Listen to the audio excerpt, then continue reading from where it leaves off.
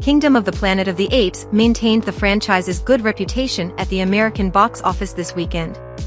The sequel, directed by Wes Ball, made $56.5 million in the country in its first weekend, surpassing the market's most optimistic expectations.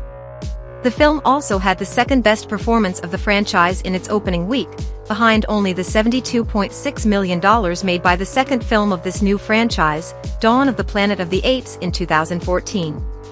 The predecessor, War for the Planet of the Apes, reached $56.3 million in 2017, while Rise of the Planet of the Apes generated $54.3 million in its debut in 2011. The Apes easily surpassed last week's leader, The Fall Guy. The action movie starring Ryan Gosling and Emily Blunt made an additional $13.7 million in the USA this weekend and now accumulates $49.7 million in the country. The drop in revenue was 51%, a percentage above what Universal Pictures expected. The podium is completed by Challengers, a film starring Zendaya, which made $4.7 million between last Friday, the 10th, and this Sunday, the 12th. Luca Guadagnino's film currently has a total gross of $38.4 million in the country.